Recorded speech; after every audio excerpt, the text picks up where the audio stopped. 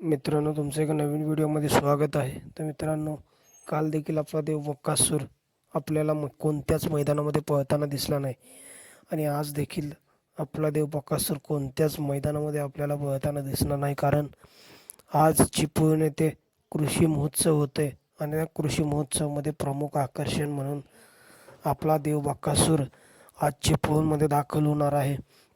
आणि मित्रांनो, भव्य दिव्य असं कृषी प्रदर्शन होतं आहे त्या ठिकाणी. म्हणून आपल्या सगळ्यांचा लाडका मोहिलशेठ धुमाळ सुजगाव यांचा द्वादशम हिंद केसरी बकासूर आज मित्रांनो चिपळूण नगरीमध्ये दाखल होणार आहे. तरी चिपळूण नगरीतील सर्व फॅन्सला एकच मागणी आहे की देव बकासूर तुमच्या नगरीमध्ये येत आहे.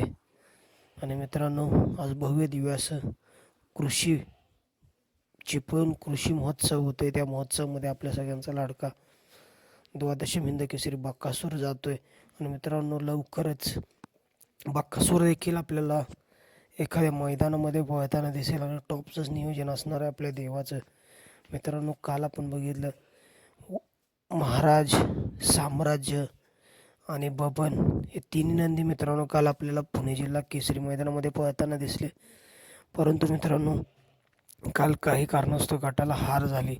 परंतु मित्रांनो, महाराजने दाखवून दिले संबंध महाराष्ट्राला की लगातार 2 मैदानामध्ये मित्रांनो फायनलचा मानकरी झालेला आहे आपला महाराज. मित्रांनो, लवकरच कमबॅक होईल आणि सगळे मित्रांनो बकासूर, महाराज, वादळ, साम्राज्य आणि बबन हे सगळे नंदी मित्रांनो आपल्याला पुढच्या येणाऱ्या टॉपच्या मैदानामध्ये 100 आणि 1% मित्रांनो आपल्याला पळताना दिसतील. आणि मित्रांनो, वादळचं देखील लवकरच आपल्याला कमबॅक बघताना मिळेल. आणि मित्रांनो, वादळ देखील लवकरच कमबॅक करेल मोठ्या मैदानामध्ये.